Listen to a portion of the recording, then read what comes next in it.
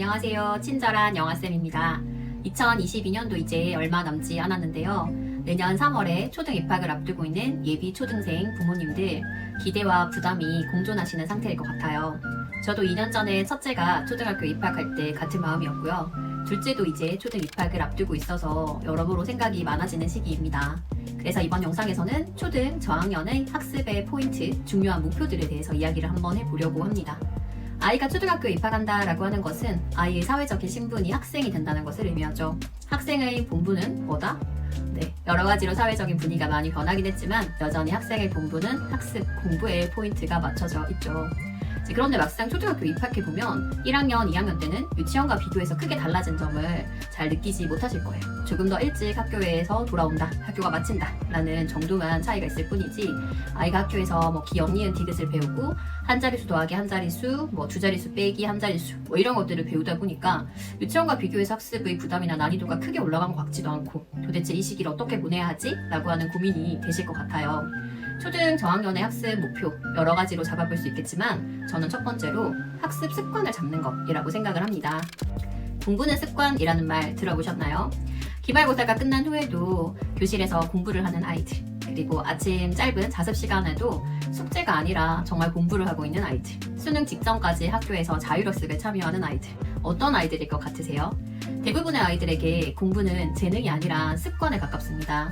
그렇기 때문에 학습을 처음으로 시작하는 시기이고 상대적으로 중학년, 고학년에 비해서 심리적으로, 시간적으로 여유가 있는 초등 저학년의 첫 번째 학습 목표야말로 학습 습관을 제대로 잡는 것이라고 생각합니다. 그렇다면 아이의 학습 습관을 잘 잡기 위해서 부모가 신경 써야 할 점들, 도와줄 수 있는 부분들에 대해서 이야기를 한번 해보도록 하겠습니다. 그럼 시작할게요. 첫째, 학습 습관을 잡는 데는 1년여가 걸린다. 1년씩이나 걸릴까라고 고개를 갸우뚱하는 분들이 있으실 것 같아요. 물론 나이의 상태에 따라서 다르겠죠. 이전의 학습 경험이라든가 성별이라든가 아이의 성향이라든가에 따라서 1년이 걸리지 않고 학습 습관을 잘 잡을 수 있는 아이도 있고 1년보다 훨씬 더 긴 시간이 필요한 아이도 있을 것 같습니다. 저희 첫째의 경우에는 책은 많이 읽었지만 초등 입학 전까지 방문학습지라든가 문제집이라든가 제대로 풀어보지 않은 상태로 학교에 입학을 했었던 터라 이제 학생이 되었으니까 너도 매일 조금씩이지만 공부를 해야 한다 라고 얘기를 했을 때 첫 번째는 하기 싫다, 두 번째는 왜 해야 하느냐 이러한 반응이 제일 처음 나왔던 반응이었어요. 그래서 그런 말을 하지 않고 매일 책상 앞에 앉도록 아이를 만드는데 2달 정도가 걸렸고요. 또 시키지 않아도 매일 해야 할 일이 있고 그 매일 해야 할 공부를 찾아서 스스로 하는데 1년 정도가 걸린 것 같습니다.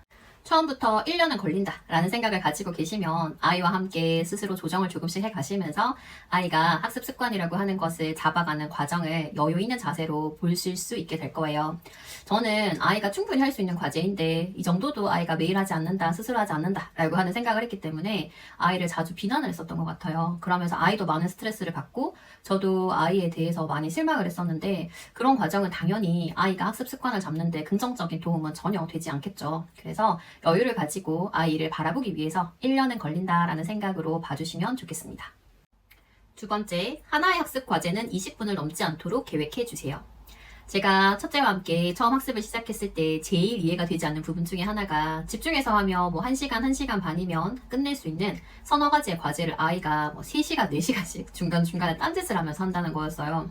문제집 펴놓고 조금 풀다가 간식 먹으러 가고 물 마시러 가고 화장실 가고 심지어 동생이랑 놀고 있고 그런데 저는 그 방에서 아이를 하염없이 계속 기다려줘야 되잖아요. 그래서 그런 점이 정말 이제 화도 나고 이해도 되지 않았었는데 그러던 와중에 김성효 선생님의 엄마와 보내는 20분이 가장 소중합니다 라고 하는 책에서 초등학교 학생들, 특히 초등학교 저학년 학생들의 집중도는 길지 않기 때문에 하나의 과제가 20분을 넘지 않도록 계획을 해야 된다 라고 하는 구절을 보게 되었습니다. 실제로 초등학교 수업 시간이 40분인데요. 초등 선생님들의 경우에는 아이들의 집중도를 고려해서 이 40분 동안 서너 개의 활동을 할 수 있도록 수업 계획을 하신다고 하더라고요. 그러니까 초등학교 저학년 아이들이 과제를 하다가 중간에 딴짓을 하는 것은 너무나 자연스러운 일인 거예요. 그러니까 초등 저학년 학생들 학습 습관을 처음 잡을 때는 최소 10분 정도에서 또 최대 20분 정도 안으로 하나의 과제를 수행할 수 있도록 계획을 짜시고 또 5분 정도 아이에게 휴식 시간을 과제와 과제 사이에 가질 수 있도록 배려해 주시면 좋습니다. 세 번째, 학습을 하는 동안은 아이와 함께 있어 주세요. 저는 다른 직종에 비해서 퇴근은 조금 빠른 편인데요. 그래도 날씨 좋으면 아이들과 함께 놀이터도 좀 가고, 올라와서 뭐 책도 한두 권 읽어주고, 목욕하는 거 도와주고, 저녁 차려주고 이러다 보면 아이와 함께 책상에 앉을 수 있는 시간은 7시, 8시 정도가 되어야 합니다. 그런데 이 시간까지 아이가 자신이 해야 할 일이 무엇인지 알고 있음에도 불구하고, 또 집중해서 하면 금방 할 수 있는 일임에도 불구하고 과제를 하나도 해놓지 않은 거예요.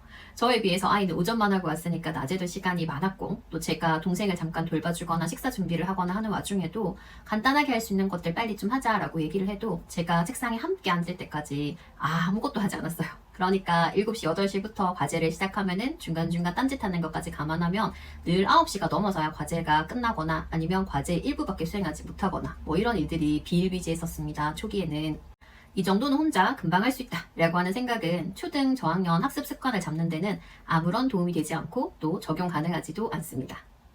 아이에게 마치 선생님처럼 딱 달라붙어서 모든 것을 설명해주고 가르쳐준다 이런 개념이 아니라 아이가 공부라고 하는 처음 해보고 또 아이에게 쉽지 않은 과제를 수행하는 동안 옆에서 심리적으로 안정을 찾을 수 있도록 도와주고, 또 아이가 부모의 도움을 필요로 할 때 즉각적으로 그 도움을 제공할 수 있도록 옆에 있어 주라고 말씀을 드리는 거예요.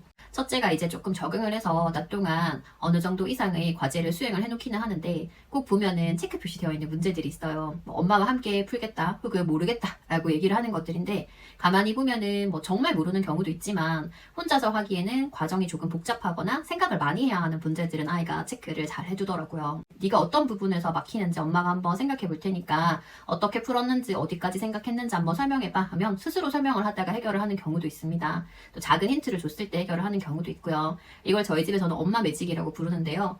아이들의 입장에서 공부는 처음이잖아요. 그리고 쉽지 않잖아요. 그렇기 때문에 심리적으로 가장 가깝고 안정감을 줄 수 있는 존재가 옆에 있는 것만으로도 아이들에게는 큰 위로와 도움이 된다라는 사실을 잊지 않으셨으면 좋겠어요. 무조건 엄마와 함께 라고 하는 아이의 태도가 부담스럽고, 또 이러다가 아이의 자율성을 해치게 되는 것은 아닐까 걱정하는 마음도 이해를 합니다. 하지만 모든 것에는 끝이 있다 라는 사실 알고 계시죠? 아이가 영원히 이렇게 엄마와 함께 하기를 원하지 않거든요. 그래서 아이가 학습 습관을 잡고 또 학습에 대해서 어느 정도 탄력이 붙을 때까지 저학년은 최소한 부모가 아이가 공부를 할 때는 할 수 있는 한 같이 있어준다 라는 생각을 가지시면 좋겠습니다. 네 번째, 학습 계획은 부모가 세우시고 수정은 아이의 의견을 반영해 주세요. 학습 계획을 세울 때 처음부터 아이에게 너가 무엇을 공부할지 어느 정도를 할지 한번 계획을 세워보렴 이라고 얘기하면 이건 아이에게 너무 고난이도의 과제인 거죠. 또 분량 같은 경우에는 아이가 너무 처음부터 적게 잡으면 그 적게 잡은 양이 쭉 갈 수도 있고요. 또 너무 많이 잡으면 아이가 못하겠다라고 포기하는 경우가 생길 수 있기 때문에 어떠한 학습 요소를 계획에 넣을 것인지, 또 분량의 기준을 어느 정도로 잡을지는 처음에 부모가 세우시는 것이 좋습니다. 다만 부모가 이렇게 계획을 세울 때 그 계획을 세우는 과정을 아이에게 공유해 주시면 좋아요. 예를 들어서 너가 수학 문제를 풀 때 문장을 끝까지 잘 읽지 않는 습관이 있는 것 같아. 그래서 문장제 문제집을 풀어봤으면 좋겠는데, 이 문장제 문제집은 1, 2, 3단계로 수준별로 문제가 나눠져 있고, 낮은 단계일수록 문제는 쉽지만 양이 많고, 높은 단계로 올라갈수록 수준은 어려워지지만 문제 숫자가 적어. 이렇게 아이에게 이것을 해야 하는 이유, 또 각 부분의 분량을 정하는 기준, 이런 것들을 설명을 해주시면서 계획을 세우시면 아이가 후에 스스로 공부 계획을 세워서 실천할 수 있게 되는 시기에 큰 도움을 받을 수 있게 됩니다. 많은 초등 교육 전문가 분들께서 아이에게 완전히 학습 계획의 주도권을 넘겨주는 시기를 5학년 정도로 보시더라고요. 그래서 이 5학년이 되었을 때 아이가 스스로 할 수 있도록 서서히 조금씩 결정권을 넘겨준다라는 생각으로 초등 저학년 때는 최대한 아이들에게 계획을 세우는 모습을 많이 공유해 주시면 좋을 것 같습니다. 학습 계획을 세울 때는 시기별로 필요한 요소들을 생각해 보셔서 6개월에서 1년 단위로 크게 한번 세워보시는 것이 좋습니다. 실제로 아이의 수준이나 수행 정도와 부모가 생각하는 목표치나 아이의 상태가 다를 수 있기 때문에 시기별로 어떠한 학습 요소가 필요하다, 그리고 구체적으로 어떠한 교재를 이용해서 진행을 하겠다라고 계획을 세워보시고 중간중간 아이의 상황을 고려해서 수정을 해보시면 좋아요. 1학년 국어에서 어휘학습, 맞춤법, 글쓰기 3가지를 하겠다라고 계획을 세우셨다면 아이에게 부담이 조금 적은 어휘학습을 어떤 교재로 할 것인지를 먼저 생각을 해보시고요. 2~달 정도 시간이 지나서 아이가 이 어휘 교재로 학습을 하는데 크게 부담을 느끼지 않고 어느 정도 익숙해졌다면 맞춤법 교재를 하나 더 추가를 해보신다든가, 아니면 방학처럼 상대적으로 시간 좀 여유가 있을 때 글쓰기처럼 다소 부담이 크면서도 아이가 적응하는 데 시간이 오래 걸릴 수 있는 과제를 추가해 본다든가, 이런 식으로 학습 요소의 시기를 계획해 보시는 것이 좋습니다. 필요하다고 해서 한 번에 다 아이에게 이걸 해보자 라고 하시면 아이가 너무 과부하가 걸릴 수 있으니까요. 또한 수정을 할 때는 아이의 의견을 최대한 반영해 주시면 좋습니다. 예를 들어서 수학 문장제 문제도 풀지만 과 문제집도 푼다 라고 생각을 해보시면 두 가지 문제집을 동시에 할지 아니면 한 권을 끝내고 그 다음 것을 할지 아이에게 한번 물어보시고요. 그리고 문제집을 고를 때도 서점에 데려간다든가 부모가 미리 골라둔 여러 개의 문제집 중에서 하나를 아이가 선택을 하게 한다든가 이런 식으로 아이에게 선택권을 주시면 아이는 스스로 결정했다라는 생각을 가지고 좀 더 책임감 있게 진행할 수 있습니다. 5번째, 시각화할 수 있는 체크리스트를 활용해 주세요. 매일 하는 것이니까 또 해야 하는 양이 많지 않으니까 너무 여러 가지가 아니니까 아이가 알아서 잘할 수 있을 거다 라고 생각하지 마시고요. 아이가 그 날의 과제를 어느 정도 수행을 했는지 스스로도 확인할 수 있고 부모도 확인할 수 있도록 또 아이가 본인이 해야 하는 일이 무엇인지를 시각화해서 인지할 수 있도록 체크리스트를 활용하시면 좋습니다. 동그라미를 칠 수도 있고 스티커를 붙일 수도 있고 포스트잇에 적어가지고 하나씩 수행할 때마다 떼버리는 방식을 선택할 수도 있고 여러 가지 체크리스트의 방법들이 있으니까요. 아이에게 맞는 것을 찾기 위해서 다양한 방법을 적용해 보시고 또 중간중간에 한 번씩 변화를 주시면 아이가 또 매일 하던 거지만 신선해하면서 집중을 더 잘하는 효과도 있더라고요. 고등학생들을 가르치면서 아직 어린아이들을 키우고 있는 입장에서 예전과 비교해보면 학생들이라든가 공부의 분위기가 많이 달라진 것 같습니다.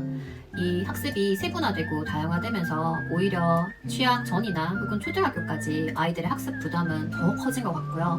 막상 입시라고 하는 목표를 앞전에 둔 고등학교에서는 아이들이 어렵지만 적은 양의 분량을 예전에 비해서 공부를 하면서도 열심히 하지는 않는, 예전과 비교해서 공부에 그렇게 매진하진 않는 모습이 많이 눈에 띄입니다. 아이들이 너무 일찍 시작하고 너무 열심히 초반에 달렸기 때문에 힘이 빠진 탓도 있을 것 같고요. 또 사회적인 분위기 자체가 변화하다 보니까 부모님들께서도 이 학습이라든가 학습에서의 성취가 인생의 중요한 성공, 목표에 직결되지 않는다라고 생각을 하시는 경우도 많은 것 같아요. 실제로 본인의 진로와 관련해서 자퇴를 결정하는 학생들도 많고 유튜버라던가 프로게이머처럼 예전과 다른 그런 직종을 희망하는 아이들에 대해서 부모님이 아낌없는 지원을 해주시는 경우도 많습니다.